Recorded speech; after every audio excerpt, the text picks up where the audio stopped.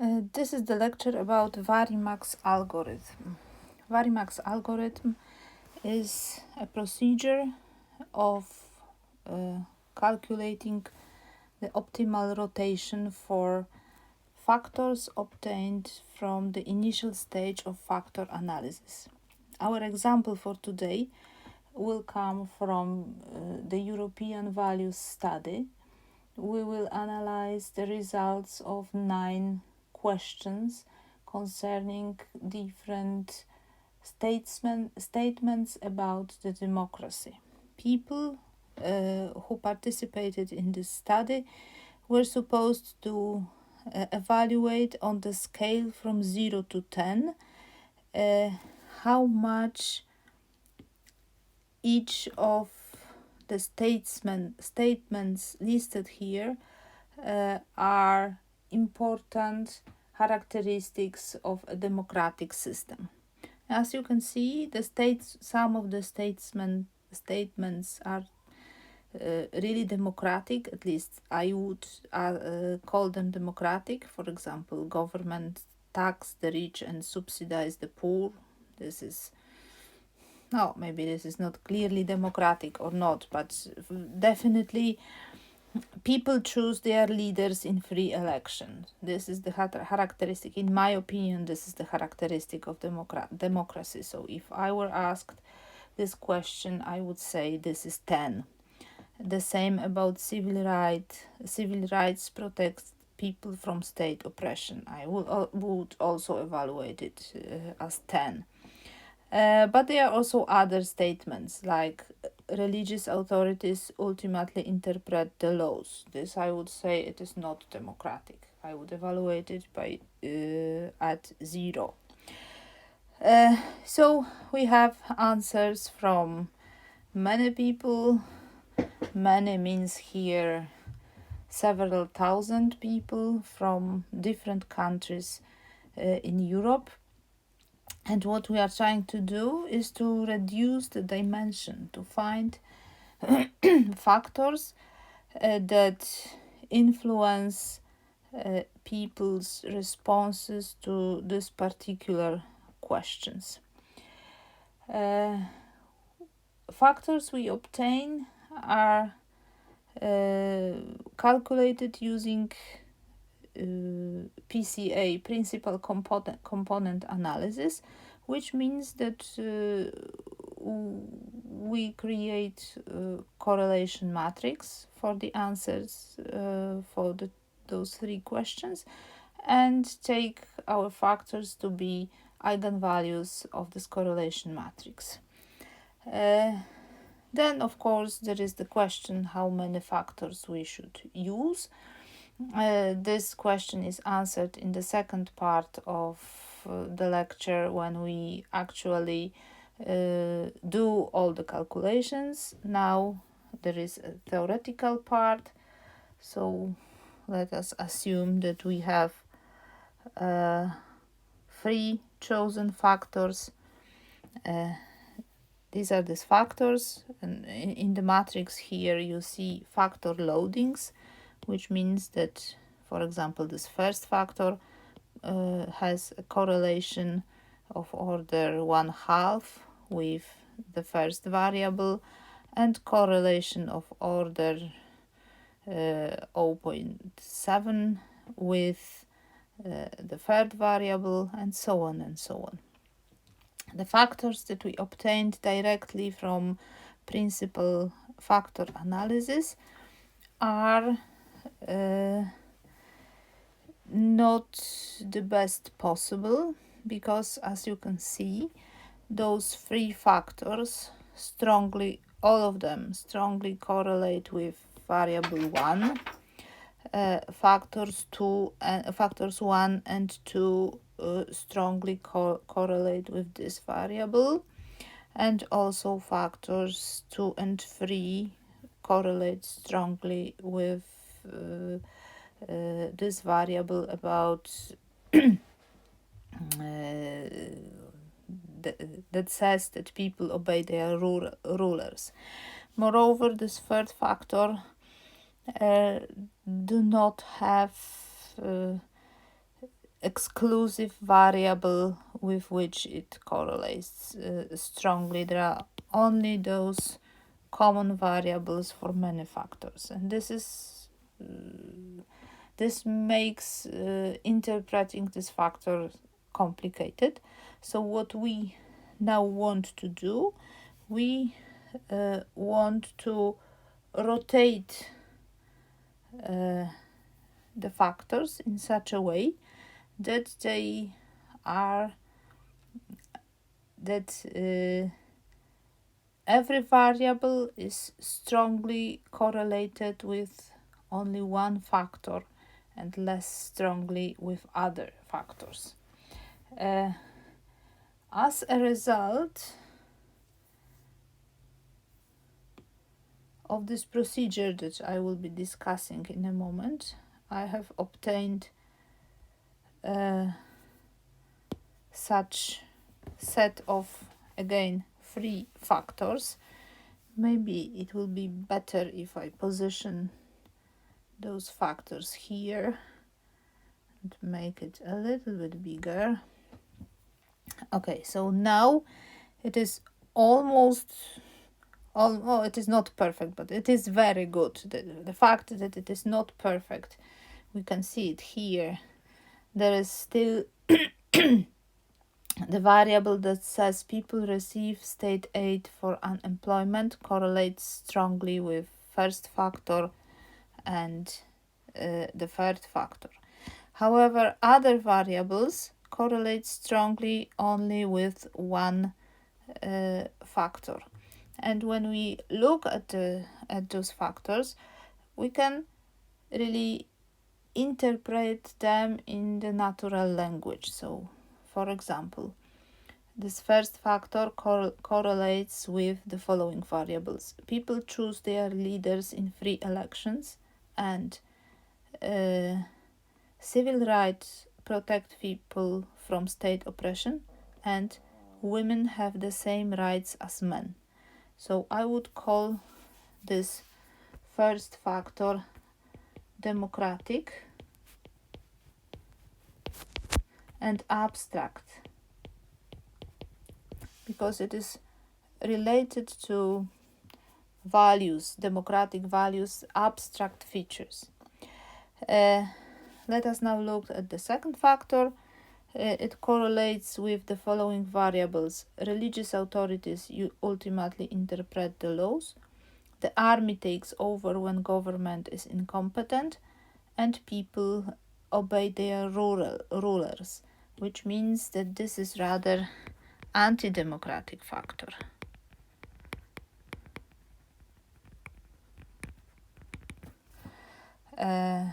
And we have the third factor, the green one.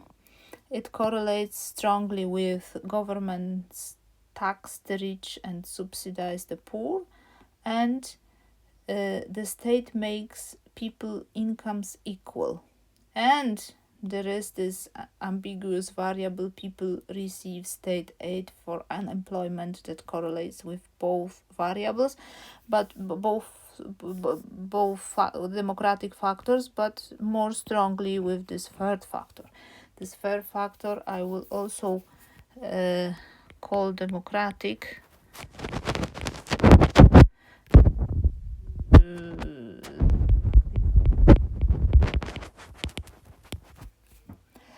So the idea is that in principle there are 3 important dimensions that influence how people answer all these questions.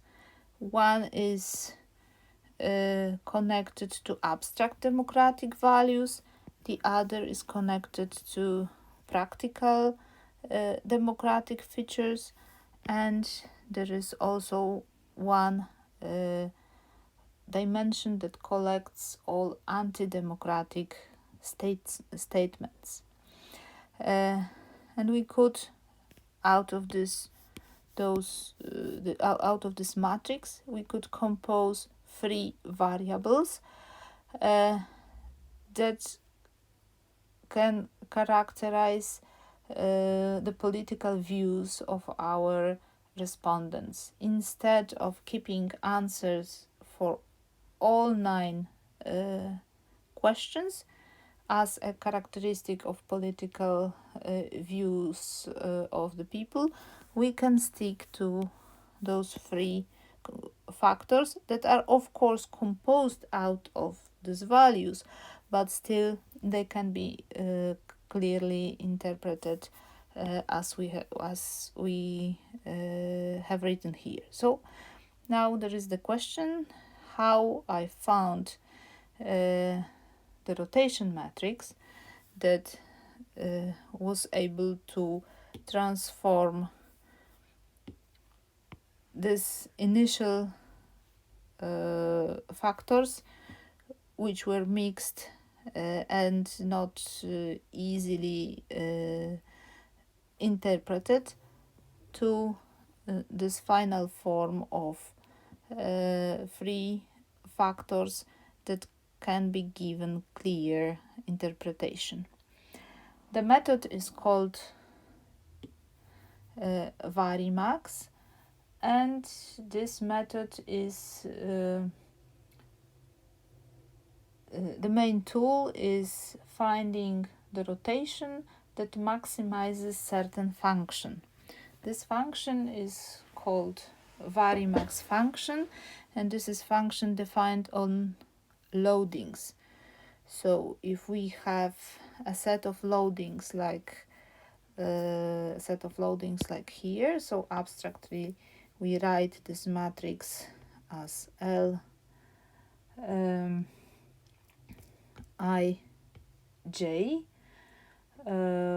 where this enumerates variables. So this is a number of initial variable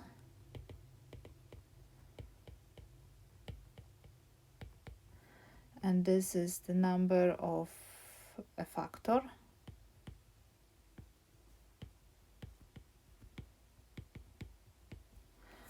For example, this is L9 1. So correlation between variable number 9 and for the first factor.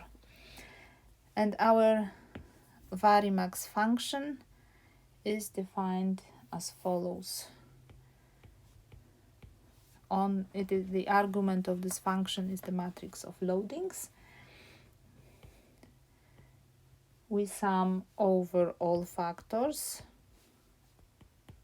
In our case, k is equal to 3. And each summand is the following. 1 over n, sum over I from 1 to n, where n is the number of variables. In our case, n is equal to 9. I probably have to move somewhere this picture because it will be in a way. Okay, so first summand is composed of Lij divided by Hi to the power of 4, where Hi is the length of the row vector. So we take the sum of squares of Lij over all factors. So sum over over j for j from 1 to k. And then, since it is a length, we take the square root. Okay, and the rest is we subtract 1 over n square, and again we sum the same thing, Lij over Hi squared, and this all squared. So This thing is like a variance of squares of loadings for the particular factor, and then we take a sum over all factors. In practice, we always rotate only two factors and at once. This means that the matrix that we are looking for one angle of rotation always, and the matrix of rotation is 2 by 2 matrix. So in the following I will explain how to find this angle. We need some space. Okay, so our starting point are two factors. For simplicity, first factor will have coordinates loadings denoted by x. The last one shouldn't be 2, it should be n. And the second factor will be composed of y's.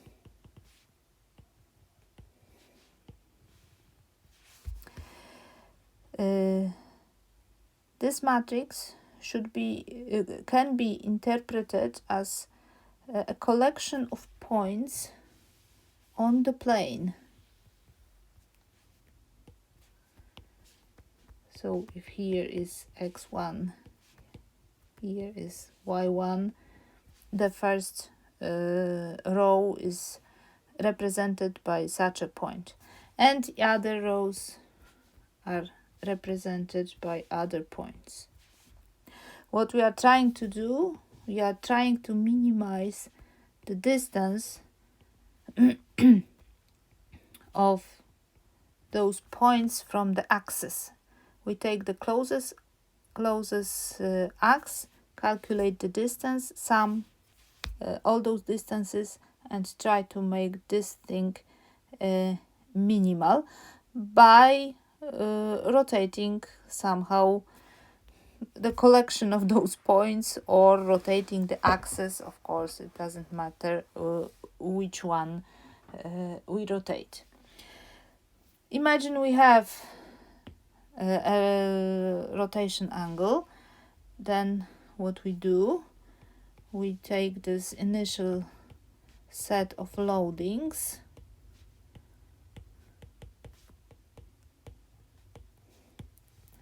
multiply it by rotation matrix,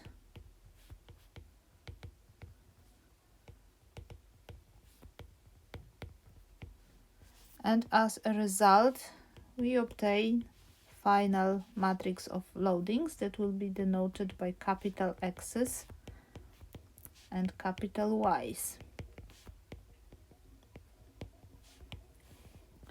So each xi depends on all initial loadings and on phi, and the same with each y.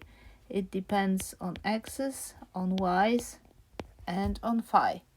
And since x's and small x's and small i's or small y's are given, these are our initial loadings, the thing that we are looking for is phi, such that the Varimax function is maximal.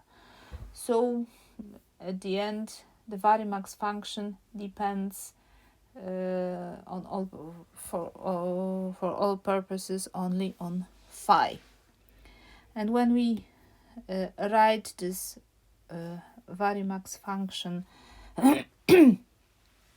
as a function of phi and only for two factors, it looks like that. Varimax of phi is equal to 1 over n sum over I xi to the power of 4 minus 1 over n square xi to the power of 2 and everything to the power of 2, and then we take the sum with y's. So again, a variance of y squared this means that y should be here in the power of 4, and then squares squared. Since every capital X and every capital Y, here should be capital Y, depends on phi, we have a function of one variable, and we can look for extrema. Especially we are interested in maximum. So it will be easier to do the calculations not for v, but on n square times v. Of course, for the extremum it doesn't matter because n is a constant here. So this is the function that we will be differentiating. And it is also useful to notice that if we differentiate x with respect to phi, we will get exactly y, and when we differentiate y with respect to phi, we will get exactly minus xi. This is because every xi equals small xi times cosinus phi plus yi times sinus phi, and a similar formula for y's, small x times sinus phi with the minus plus small y with cosinus phi. So this is the reason why after differentiation we get what we get. And now there are just calculations, which I will skip because they are long and boring. But what we really have to do, we have to calculate d over df of n square v and put it to 0. So calculations.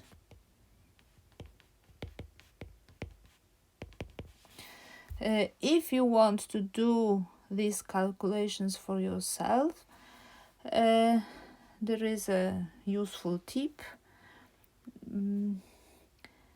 It will be convenient to define some additional auxiliary variables. It is convenient to define ui, which is xi squared minus yi squared, and then also a, which is sum over I of ui.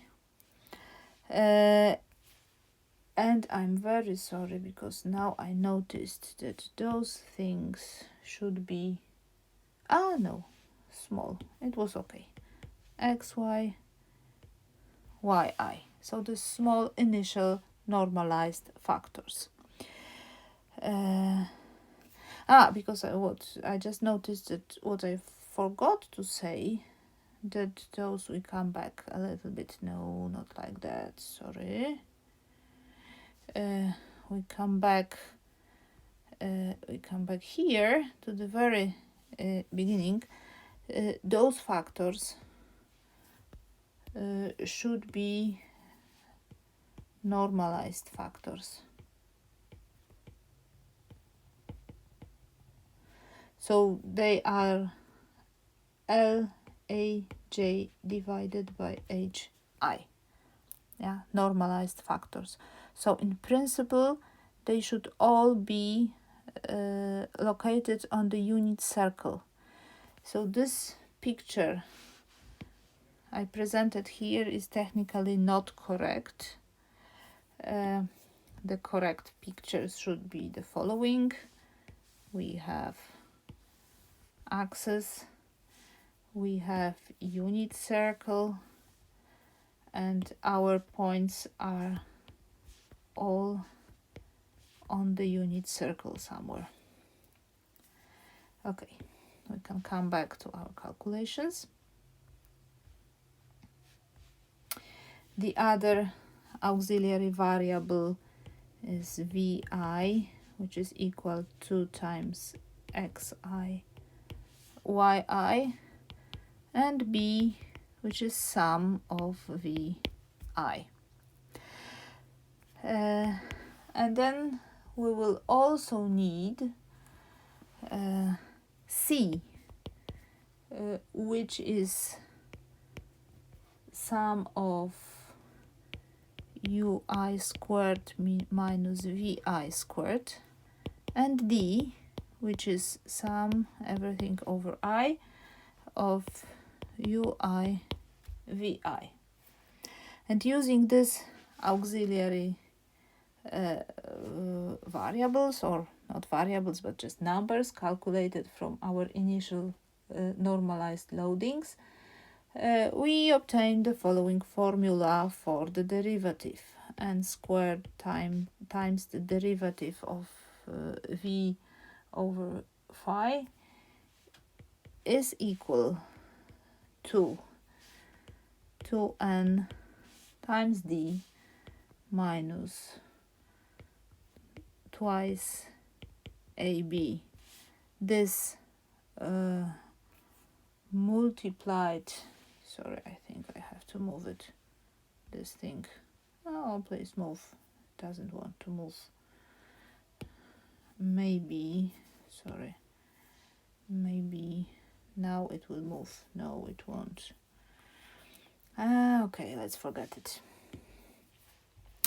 This is times cosine of 4/5 minus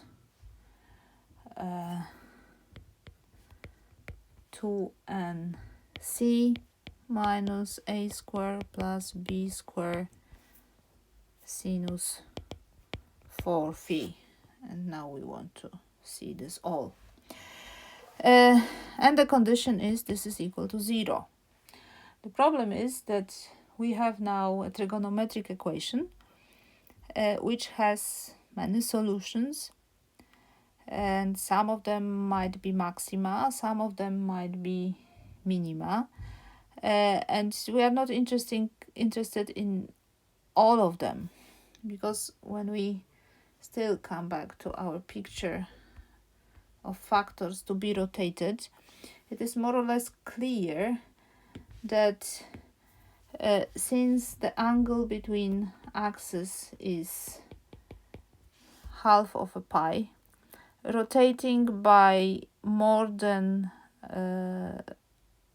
half of the angle half of a pi is not useful at all, because what we want to do is to position points close to the axis. When we rotate by half of a pi, we in a sense come back to the initial stage. So only small angles are interesting, and I will be looking for angles from minus 1/4 of a pi to plus pi/4 of a pi. And as a result, this 4, 5 belongs to the interval from minus pi to pi. So whatever solutions we are interested in have to be in this interval. But still, there are usually more than one solution for even when we restrict this when we restrict ourselves to this interval. How and which one is minimum and which one is maximum? No, we have to use the second derivative, second order derivative. To do that, it will be convenient to first of all denote say this thing as a numerator, and this thing will be denominator. Because we could, provided denominator is different from 0, we could write this equation in the form tangents of 4, 5 equals a numerator divided by denominator. Of course, if denominator is different from 0. If it is 0, we have to use cotangent function. Okay, so now for the solutions, we calculate the second order derivative of Varimax function, conveniently multiplied by n square. And what we see is the following formula. We have to differentiate this thing.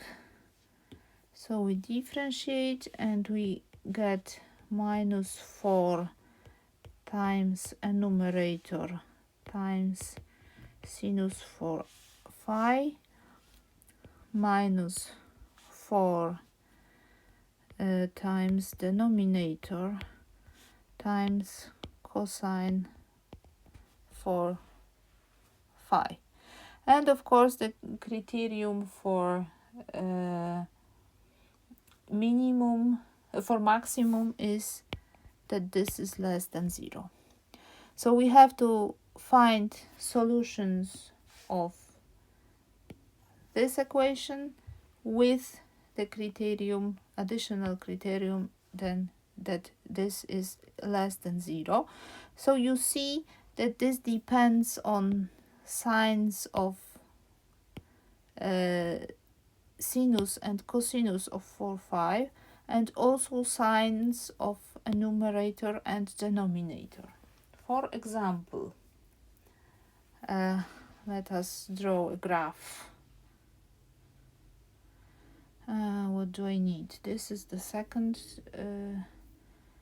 order derivative. Maybe I will just, for a while, I will assume this denominator different from 0. So I have such equation from the first derivative, from vanishing of the first derivative, and I have this one.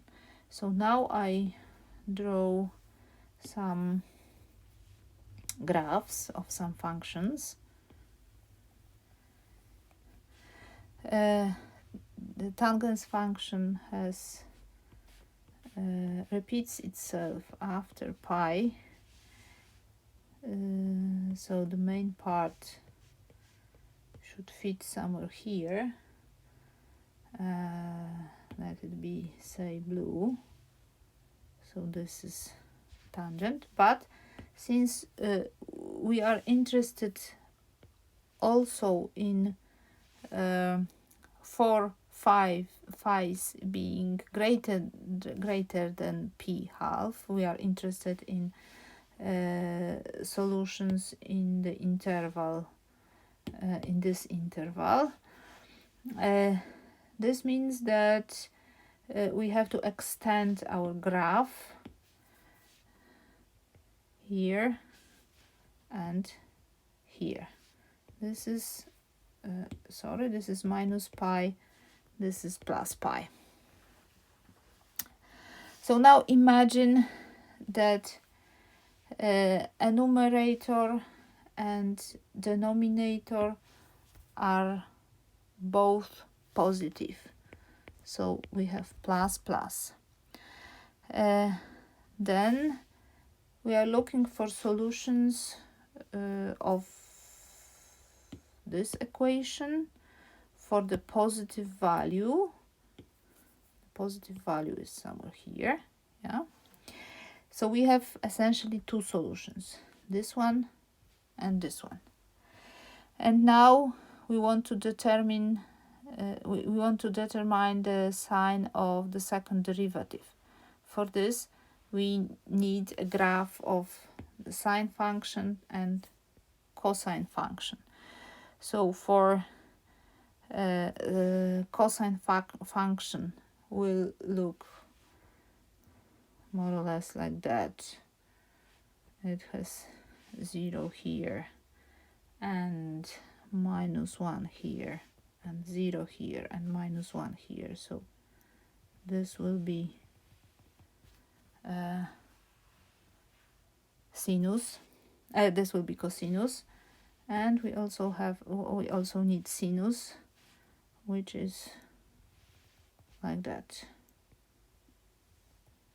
Okay, so for this solution we have both sine and sinus and cosinus positive, which means this is positive, this is positive, this is positive, this is positive, and this is positive. So this all is negative. Therefore, this solution, which is just equal, so 4 times 5 equals arcus tangens of a numerator divided by denominator. And if we have, if we look, for example, at this solution here, so here we have both sine and sinus and cosinus negative.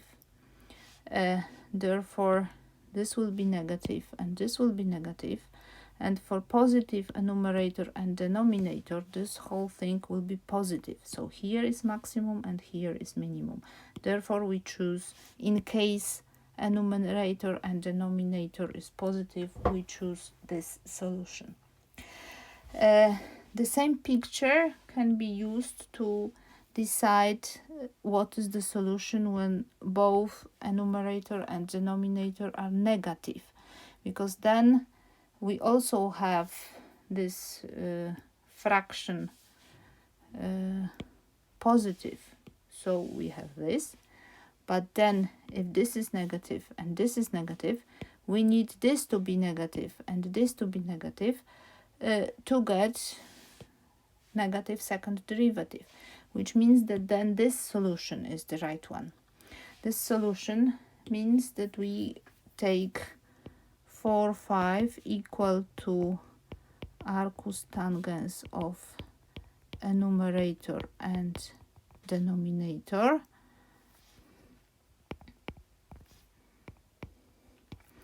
But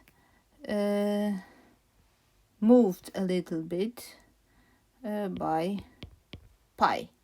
So after dividing by 4, we have 5 equal to 1/4 of arcus tangens of a numerator divided by denominator minus pi 4.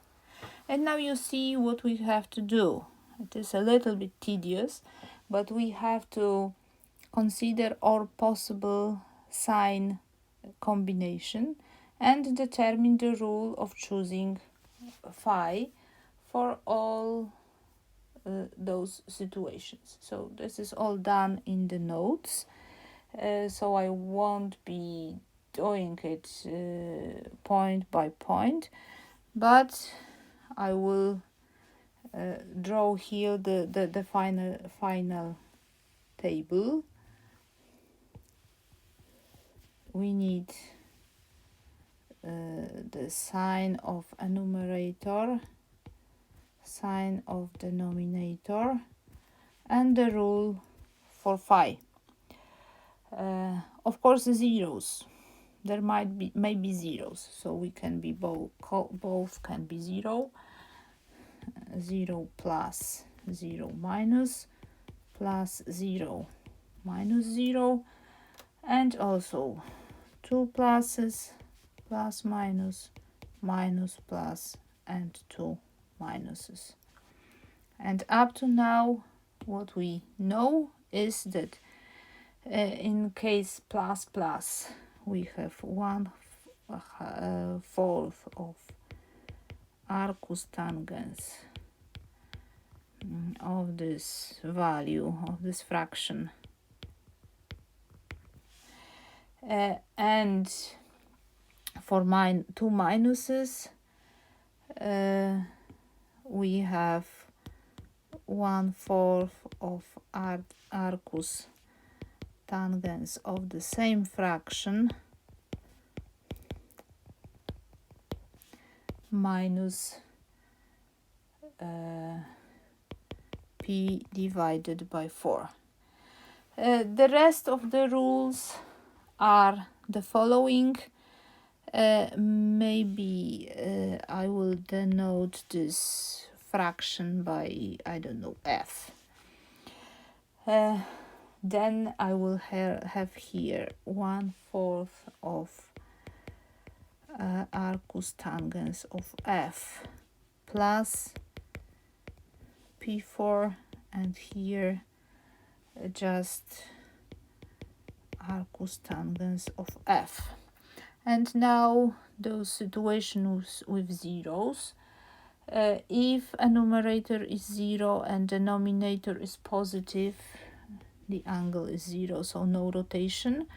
If the denominator is negative, there is a rotation by 1/4 of pi. If the denominator is 0, we have to switch from tangens to cotangens, and then we get pi divided by 8 here and minus pi divided by 8 here. And there is the question where both of them are 0. In fact, we don't know. The phi is not, there is no one precise phi. All the Varimax function is constant. All the derivatives are 0. So the output of our function will also be 0. So now what we have to do, we have to encode it in our program, whatever language we use. If we can use MATLAB, we can use Mathematica, we can use Python, or of course we can forget about this whole theory and use just some statistical package that will do Varimax for ourselves, by itself, yeah. And we don't want to, and then we don't need to go into the details how it is done. However, in my opinion, it is always better to know things. I mean, to know how the procedure is constructed from the theoretical point of view, because then we really understand what happens. This is all. In the second part of the lecture, the example is calculated. So I've prepared a Mathematica notebook when all this is done from the very beginning, from filtering of the data up to final rotations, and the result is precisely this set of rotated factors that we started from.